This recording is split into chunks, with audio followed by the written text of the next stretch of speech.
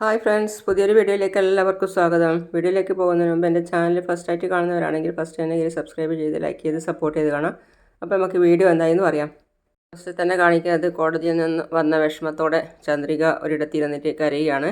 അപ്പോൾ അവിടെ മലർ പോയി ചോദിക്കുകയാണ്, എന്തിനാ അമ്മേ കരയുന്നേ? ഒന്നുമില്ലടാ, രാവിലെ കോടതിയിൽ പോയതല്ലേ, എന്തായി അമ്മേ? രാവിലെ കോടതിയിൽ പോയതല്ലേ, എന്തായി അമ്മേ? അപ്പോൾ അതൊന്നും നീ അറിയണ്ട മോളെ, നീ ചെന്ന് കളിക്ക് പോ. അവിടുന്ന് മലർ നേരെ വന്നത് സിദ്ധുവിൻ്റെ അടുത്തേക്കാണ്. സിദ്ധു ഓഫീസിൽ പോകാൻ വേണ്ടി ഇറങ്ങിയിട്ടുള്ളത്. അപ്പോൾ സിദ്ധു, എന്താ മോളെ പറയ്? അത് അമ്മ രാവിലെ കോടതിയിൽ പോയി വന്നതിന് ശേഷമേ കരച്ചില്ല. കോടതിയിൽ എന്താ നടന്നത് സിദ്ധു? കോടതിയിൽ ഒന്നും നടന്നില്ല മോളെ. അപ്പോൾ പിന്നെ അമ്മ എന്തിനാ കരഞ്ഞുകൊണ്ടിരിക്കുന്നത്? അത് വേറെന്തിനെങ്കിലും കാര്യത്തിനായിരിക്കും മോളെ. മോള് വിഷമിക്കൊന്നും വേണ്ട, അങ്കിള് അമ്മയോട് ചോദിക്കാം എന്താന്ന്. മോള് പോയി പ്രിയോയുടെ കൂടെ കളിക്ക്, ഡോണ്ട് വറി. സിദ്ധു അവിടുന്ന് നേരെ പോയത് ചന്ദ്രികയുടെ അടുത്തേക്കാണ്. ചന്ദ്രിക വിഷമിച്ചിരുന്നിട്ട് കരയാണ്. അപ്പോൾ അവിടെ പോയിട്ട് ചന്ദ്രികയെന്ന് വിളിക്കാണ്. പറയൂ സാർ, എന്താ ചന്ദ്രിക ഇത്? എന്തിനാ ഇങ്ങനെ ഇരുന്ന് കരയുന്നേ? നോക്ക്, ഞാൻ പറഞ്ഞതല്ലേ, ദീപ എവിടെയുണ്ടെങ്കിലും അന്വേഷിച്ച് കണ്ടുപിടിച്ച് നമുക്ക് കോടതിയിൽ പ്രൊഡ്യൂസ് ചെയ്യാമെന്ന്. മഹേഷും അവളും തമ്മിൽ ബന്ധമുണ്ടെന്ന് ഞാൻ തെളിയിക്കുക തന്നെ ചെയ്യും. അങ്ങനെയുള്ളപ്പോൾ എന്തിനാ ചന്ദ്രിക നീ ഇങ്ങനെ കരയുന്നേ? മഹേഷിനോടൊപ്പം 6 മാസം ഒന്നിച്ച് ജീവിക്കാനല്ലേ കോടതി പറഞ്ഞിരിക്കുന്നത്. അതോർത്താ ഞാൻ സാർ കരഞ്ഞത്. അപ്പം സിദ്ധു പറയാണ്, എന്തേ നോക്ക് ഞാൻ പറയുന്നത്, നീ ആദ്യം ഒന്ന് കേക്ക്. ഇത് ചന്ദ്രികയുടെ പ്രശ്നമാണ്. ഈ കാര്യങ്ങളൊന്നും ഒരിക്കലും മോളറിയരുത്. മോള് വിഷമിക്കുമോ? കാര്യം താൻ ഇങ്ങനെ കരയുന്നത് കണ്ടാൽ തന്നെ അവൾക്ക് എന്താ ഏതാ എന്നറിയാത്ത ഭയങ്കര വിഷമമായിരിക്കും. ദയവ് ചെയ്ത് അവളുടെ മുന്നിലിരുന്ന് ഇങ്ങനെ കരയരുത്. താൻ ധൈര്യമായിരിക്കും.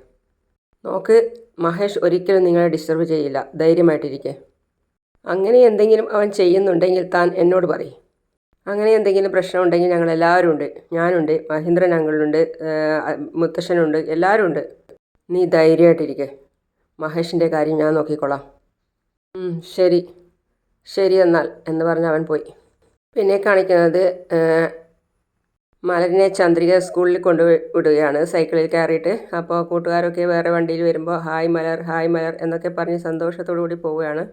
അപ്പോൾ സൈക്കിളിൽ ഇരുന്നിട്ട് മലർ ചോദിക്കുകയാണ്, അമ്മേ എപ്പോഴാണ് അമ്മേ ഞങ്ങൾ ഇങ്ങനെ ഒരു കാറ് വാങ്ങിക്കുന്നേ? അപ്പോൾ ചന്ദ്രിക പറയാണ്, അമ്മയ്ക്ക് എങ്ങനെയാടാ ഈ കാറ് വാങ്ങിക്കാൻ പറ്റുക? നിന്നെക്കൊണ്ട് പറ്റൂടാ, അതിനല്ലേ മോളെ അമ്മ വലിയ സ്കൂളിൽ ചേർത്തി പഠിപ്പിക്കുന്നത്. പഠിച്ച് വലിയ ആളായിട്ട് ഇതുപോലുള്ള കാറ് വാങ്ങിക്കണം കേട്ടോ. അങ്ങനെ സ്കൂളിലെത്തി മലരിനെ ഇറക്കിയിട്ട് പറയാണ്, കുരുത്തക്കേടൊന്നും കളിക്കരുത്, നല്ല കുട്ടിയായിട്ട് പഠിക്കണം. ശരി അമ്മേ, പോയിട്ട് വാ. ബായ്. ചന്ദ്രിക തിരിയുമ്പോഴാണ് ടീച്ചറെ കണ്ടത്. Good morning teacher. Good morning. എന്താ ചന്ദ്രിക? എന്താ ടീച്ചർ ഇന്ന് വൈകിയോ? എന്നും ടീച്ചറാണല്ലോ നേരത്തെ വരാറ്, ഇന്ന് വൈകിയോ? അതെ ചന്ദ്രിക, കുറച്ച് ലേറ്റായി. ശരി എന്നാൽ ടീച്ചർ, ഞാൻ പോന്നു. മോളിപ്പോൾ എത്തിയതേ ഉള്ളൂ, മോളെ ഒന്ന് ശ്രദ്ധിച്ചോണേ ടീച്ചർ. ഓക്കെ ചന്ദ്രിക. വീണ്ടും പോകാനിറങ്ങിയ ചന്ദ്രികയെ ടീച്ചർ വിളിക്കുകയാണ്. ചന്ദ്രിക, 1 മിനിറ്റ് ഒന്ന് വരൂ. ചന്ദ്രിക സൈക്കിൾ അവിടെ ഒരു മൂലയ്ക്ക് മാറ്റിയിട്ടിട്ട് പോയി. എന്താ ടീച്ചർ എന്ന് ചോദിച്ചിട്ട്. അപ്പോൾ ടീച്ചർ ചോദിക്കുകയാണ്, ചന്ദ്രിക ഏതുവരെ പഠിച്ചിട്ടുണ്ട്? ഞാൻ 10th വരെ പഠിച്ചിട്ടുണ്ട് ടീച്ചർ. 10th എത്ര മാർക്ക് ഉണ്ടായിരുന്നു? 10th 500-ന് 400 വാങ്ങി. ആണോ, അത്രയും വാങ്ങിച്ചോ? അതെ ടീച്ചർ, ഞാൻ നന്നായി പഠിക്കുമായിരുന്നു. മലർ പറഞ്ഞു. ചന്ദ്രിക ഇനിയും പഠിക്കണമെന്ന് മലർ ആഗ്രഹിക്കുന്നുണ്ട്. ഇനിയിപ്പോൾ പഠിച്ചിട്ട് എന്താവാനാ ടീച്ചർ? ഞാൻ പഠിക്കാത്ത പഠിപ്പെല്ലാം എൻ്റെ മോള് പഠിക്കണം. അതിനു വേണ്ടിയാണ് ഞാൻ ഇങ്ങനെ കഷ്ടപ്പെടുന്നത്. അപ്പോൾ ടീച്ചർ പറയാണ്, ചന്ദ്രിക, നിങ്ങൾ മലറിനെ മാത്രം പഠിപ്പിച്ചാൽ പോരാ, നിങ്ങളായിരിക്കണം മലറിൻ്റെ റോൾ മോഡൽ. ഞാൻ പറഞ്ഞു വരുന്നതെന്ന് വെച്ചാൽ മലർ ആഗ്രഹിക്കുന്നത് പോലെ ചന്ദ്രിക പഠിപ്പ് കണ്ടിന്യൂ ചെയ്യണം. എന്തൊക്കെയാ ടീച്ചർ ഈ പറയുന്നത്? നിങ്ങൾ 10th ഇത്രയും മാർക്ക് വാങ്ങിച്ചില്ലേ, പിന്നെ എന്തിനാ പഠിപ്പ് നിർത്തുന്നത്? തുടർന്ന് പഠിക്കാനുള്ള ഒരുപാട് ഓപ്പർച്യൂണിറ്റി ഉണ്ട്. എന്താ ടീച്ചർ ഇത്? മലർ ചെറിയ കുട്ടിയല്ലേ, അവൾ വിവരമില്ലാത്ത എന്തെങ്കിലും പറഞ്ഞെന്ന് വെച്ച് ടീച്ചറും ഇങ്ങനെ പറഞ്ഞു തുടങ്ങിയാൽ ഞാനിനി എന്ത് പഠിക്കാനാ? പഠിക്കുന്നതിന് എന്താ കുഴപ്പം? ഡിസ്റ്റൻഷനൊക്കെ ഉണ്ടല്ലോ. ഓപ്പൺ യൂണിവേഴ്സിറ്റി വഴി ഒരു ഡിഗ്രിക്ക് അന്വേഷിക്കാം. ഇങ്ങനെ ഫുഡ് ഡെലിവറി ആയിട്ട് പോകുന്നതിനേക്കാൾ നല്ലത് നല്ലൊരു കമ്പനിയിൽ ജോലി നേടിക്കൂടെ? അത് തന്നെയല്ലേ മലർ ആഗ്രഹിക്കുന്നത്. ചന്ദ്രിക ഇങ്ങനെ സൈക്കിളിൽ പോയിട്ട് ഫുഡ് ഡെലിവറി ചെയ്യുന്നത് മലറിന് ഇഷ്ടമല്ല. അതോർത്തവൾ വിഷമിക്കുന്നുണ്ട്. മറ്റുള്ളവരെ പോലെ ചന്ദ്രികയും നല്ല ജോലിക്ക് പോയിട്ട് നിറയെ സമ്പാദിക്കണം എന്നാണ് മലർ ആഗ്രഹിക്കുന്നത്. കുട്ടികൾ ആഗ്രഹിക്കുന്നതിൽ തെറ്റൊന്നുമില്ലല്ലോ. കുട്ടികളുടെ ആഗ്രഹം നിറവേറ്റുന്നതാണ് പേരൻസിൻ്റെ കടമ. ചന്ദ്രിക പഠിക്കുന്നത് കൊണ്ട് ചന്ദ്രികയ്ക്ക് മാത്രമല്ല മലറിനും ഫ്യൂച്ചറിൽ ഗുണം ചെയ്യും. ആലോചിച്ച് തീരുമാനിക്കേ. അത് പിന്നെ ടീച്ചർ, നിങ്ങൾക്ക് പഠിക്കാൻ താല്പര്യമുണ്ടെങ്കിൽ പറയും. ഓപ്പൺ യൂണിവേഴ്സിറ്റിയിൽ എൻ്റെ ഒരു നെയ്ബർ വർക്ക് ചെയ്യുന്നുണ്ട്. ചന്ദ്രിക പോയി അവരെ കാണും. അവർ ആപ്ലിക്കേഷൻ തരും. അത് ഫില്ല് ചെയ്ത് കൊടുത്ത് നിങ്ങൾക്ക് ഏത് വിഷയമാണോ പഠിക്കാൻ താല്പര്യമുള്ളത് ആ വിഷയം ഫില്ല് ചെയ്ത് അവർക്ക് കൊടുക്കാം. മാസത്തിലൊരു 4-5 പ്രാവശ്യം പോകേണ്ടി വരും, അത്രയേ ഉള്ളൂ. സ്ഥിരമായിട്ട് പോകുമൊന്നും വേണ്ട. ശരി ടീച്ചർ, ഞാൻ ട്രൈ ചെയ്യാം. 1 മിനിറ്റ്. ഇതാണ് അവരുടെ കാർഡ്. ചന്ദ്രിക പോയി അവരെ കണ്ടാൽ അവർ ചന്ദ്രികയെ ഹെൽപ്പ് ചെയ്യും. ഞാൻ ചന്ദ്രികയെ നിർബന്ധിക്കുന്നത് വേറൊന്നും കൊണ്ടല്ല. എന്നും മലർ എന്നോട് ചന്ദ്രികയെക്കുറിച്ച് പറയും. നിങ്ങൾ കഷ്ടപ്പെടുന്നത് ഓർത്ത് അവൾക്ക് പഠിപ്പിൽ ശ്രദ്ധിക്കാനേ പറ്റുന്നില്ല. അതുകൊണ്ട് ചന്ദ്രിക ഒരു കോളേജിൽ ചേർന്ന് അവളുടെ ആഗ്രഹം പോലെ പഠിച്ച് ഒരു നല്ല നിലയിൽ, ഉയർന്ന നിലയിലെത്താൻ നോക്കുക. അങ്ങനെ ചന്ദ്രിക ചെയ്താൽ മലറിന് ഇനിയും പഠിപ്പിൽ ശ്രദ്ധിക്കാൻ വേണ്ടി പറ്റും. മലർ ഇനിയും പഠിത്തത്തിൽ കൂടുതൽ മിടുക്കിയാവും. ശരി ടീച്ചർ, അപ്പം ഞാൻ പോട്ടെ ചന്ദ്രിക. പിന്നെ കാണിക്കുന്നത് മേഘയാണ്. മേഘ പ്രിയയ്ക്ക് ഫുഡ് കോരിക്കൊടുക്കുന്നതാണ് കാണിക്കുന്നത്. എന്നിട്ട് ചോദിക്കുകയാണ്, ഇഷ്ടപ്പെട്ടോ? പ്രിയ മേഘയോട് ചോദിക്കുകയാണ്, അമ്മ ഒരു കാര്യം അറിഞ്ഞോ? ചന്ദ്രിക ആൻറ്റി പഠിക്കാൻ പോകുന്നു. ചന്ദ്രിക പഠിക്കാൻ പോകുന്നോ? നീ എന്തേ പറയുന്നേ? അതേ അമ്മേ, ചന്ദ്രിക ആൻറ്റി കോളേജിൽ പോയി പഠിക്കാൻ പോകുന്നു. കോളേജിൽ ചെന്ന് പഠിക്കാൻ പോകുന്നോ? ആരാ നിന്നോട് പറഞ്ഞേ? മലരാ അമ്മേ പറഞ്ഞേ.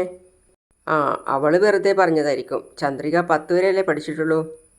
അവൾക്ക് എങ്ങനെ കോളേജിൽ പഠിക്കാൻ പറ്റും? അല്ല അമ്മേ, ഡിസ്റ്റൻസ് എഡ്യൂക്കേഷനിൽ പഠിക്കാലോ. ഓ, അങ്ങനെയാണോ? എന്തിനാ പെട്ടെന്ന് ചന്ദ്രിക കോളേജിൽ പഠിക്കാൻ പോകുന്നേ?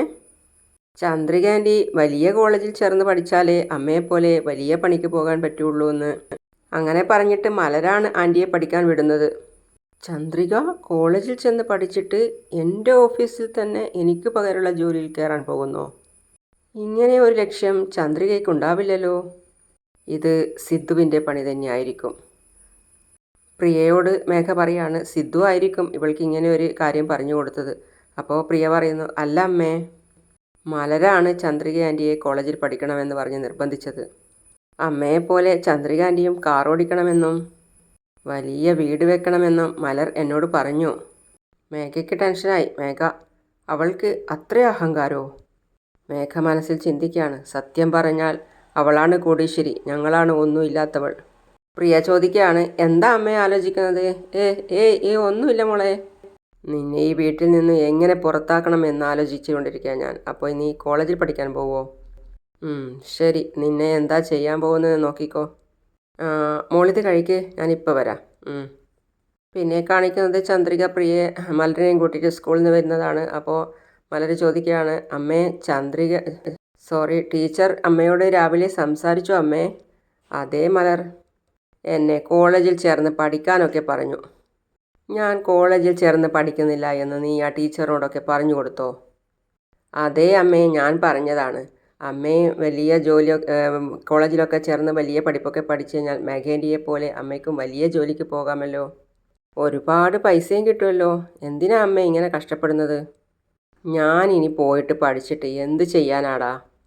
നാട്ടിൽ പഠിച്ച പല ആൾക്കാരും ജോലിയില്ലാതെ ഇവിടെ നടക്കുക. അപ്പം ഇനി അമ്മ പഠിക്കുന്നില്ലേ? വേണ്ടടാ, ഇനി കോളേജിലൊക്കെ പഠിക്കാൻ നിന്നാൽ എല്ലാവരും കളിയാക്കടാ. അമ്മ പഠിക്കമ്മേ, അമ്മ പഠിച്ചാലേ അമ്മയ്ക്ക് വലിയ ജോലി കിട്ടൂ. ഇനി മുതൽ അമ്മ ഹോട്ടൽ ജോലിക്ക് പോകരുതമ്മേ. ഹോട്ടലിൽ ജോലിക്ക് പോയില്ലെങ്കിൽ നമ്മൾ എങ്ങനെയാടാ ജീവിക്കുന്നേ? ഇനിയൊന്നും പഠിച്ചാൽ ശരിയാവില്ല എന്നേ. വീടെത്തി ഇറങ്ങി. അപ്പോൾ മലർ പറയാണ്, അമ്മ പഠിക്കാൻ പോയില്ലെങ്കിൽ ഞാനും സ്കൂളിൽ പഠിക്കാൻ പോകുന്നില്ലമ്മേ. എന്താ പറഞ്ഞേ? ഞാൻ കോളേജിൽ പോയില്ലെങ്കിൽ നീ സ്കൂളിൽ പോയി പഠിക്കില്ലെന്നോ? ഞാൻ പോവില്ല. ഒരൊറ്റ അടി തന്നാലുണ്ടല്ലോ. മലർ കരയാൻ തുടങ്ങി. അപ്പോൾ ചന്ദ്രിക ചോദിക്കുകയാണ്, ഇപ്പം എന്തിനാ കരയുന്നേ? അമ്മ കോളേജിൽ പോയി പഠിക്കണം. അമ്മ പഠിച്ചില്ലെങ്കിൽ ഞാനും പഠിക്കില്ല അമ്മേ. അവളെ സൈക്കിളിൽ നിന്ന് താഴെ ഇറക്കി വെച്ചിട്ട് അവൾ പറയാണ്, മോളെ നീ ചെറിയ കുട്ടിയാ, കാര്യം അറിയാതെയാണ് നീ സംസാരിക്കുന്നത്. ഇപ്പോൾ ഒന്നും എനിക്ക് പഠിക്കാൻ പറ്റില്ലടാ, പറഞ്ഞാൽ മനസ്സിലാക്ക് മലർ. അപ്പം ഞാനും പഠിക്കാൻ പോകുന്നില്ല. ഇനി മുതൽ ഞാനും അമ്മയുടെ കൂടെ ഇരുന്നോളാം. മലർ, ഈയിടെയായി നീ തീരെ പറഞ്ഞാൽ കേൾക്കുന്നില്ല. ഞാൻ നന്നായിട്ടിരിക്കാൻ വേണ്ടിയല്ലേ അമ്മ എന്നോട് പഠിക്കാൻ വേണ്ടി പറയുന്നത്. അതുകൊണ്ട് തന്നെയാണ് ഞാനും അമ്മയോട് പഠിക്കാൻ വേണ്ടി പറയുന്നത്. മലർ, നീ നന്നായി സംസാരിക്കുന്നുണ്ട്. ശരി, ഇപ്പം ഞാനെന്താ വേണ്ടേ? ഞാൻ കോളേജിൽ ചേരണം, പഠിക്കണം. അത്രയല്ലേ ഉള്ളൂ, ഞാൻ പഠിക്കാം, പോരെ? ആഹാ, അമ്മ ശരിക്കും കോളേജിൽ ചേർന്ന് പഠിക്കാൻ പോവുക അമ്മേ? ആ, സത്യം. സത്യമായും അമ്മ നിനക്ക് വേണ്ടി പഠിക്കാൻ പോവുക. വാ, അകത്തേക്ക് പോകാം. ഏയ്, അമ്മ കോളേജിൽ ചേർന്ന് പഠിക്കാൻ പോകുന്നേ. സന്തോഷമായി മലറിന്. പിന്നെ കാണിക്കുന്നത് മേഘയാണ്. മേഘ മഹേഷിനെ വിളിക്കുകയാണ്.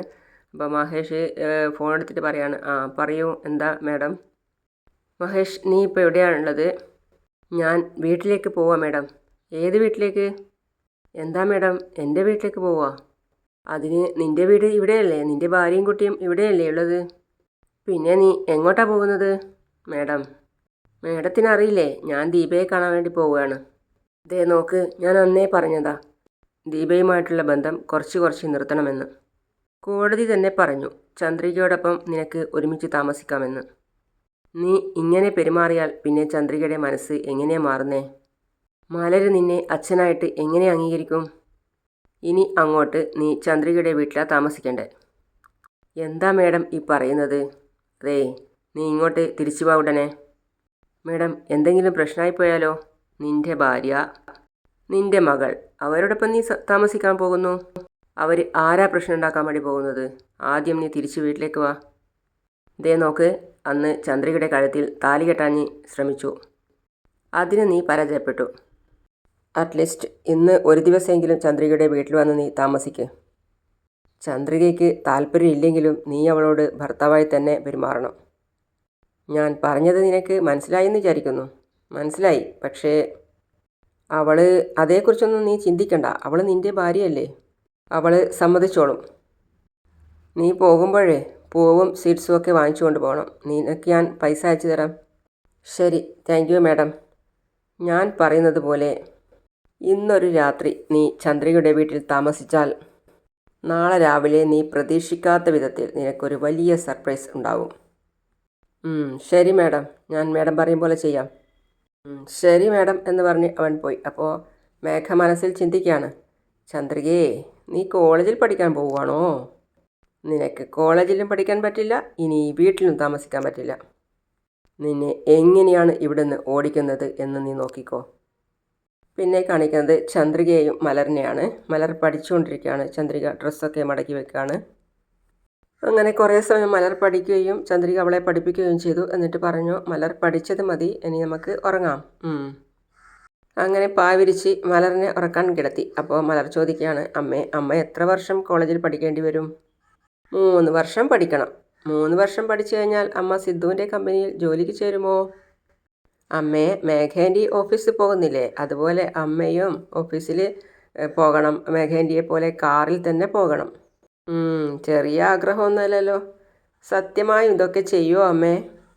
ഇതൊന്നും നമ്മളെ കയ്യിലല്ലല്ലോടാ, ഇതെല്ലാം ഭഗവാന്റെ കയ്യിലല്ലേ. ഞാൻ കാറ് വാങ്ങുമോയെന്നറിയില്ല, പക്ഷേ സത്യമായും നീ വാങ്ങും, അതെനിക്ക് ശരിക്കും വിശ്വാസമുണ്ട്. കാറിൽ പോകുന്നതും വലിയ വീട് വാങ്ങുന്നതും അതൊന്നുമല്ല കാര്യം. കഠിനാധ്വാനം ചെയ്ത് സത്യസന്ധതയോടെ ജീവിക്കണം. നല്ല അഭിമാനമുള്ളൊരു ജീവിതം. ശരി, ഇനി ഉറങ്ങിക്കോ. അങ്ങനെയാണ് ഇന്നത്തെ ഭാഗം അവസാനിക്കുന്നത്. ഇനി നാളെ മഹേഷ് ചന്ദ്രയുടെ അടുത്ത് വരുന്നതും പ്രശ്നമാവുന്നതും ഒക്കെ നാളെ പറയാം. അതുവരേക്കും ബൈ ബൈ.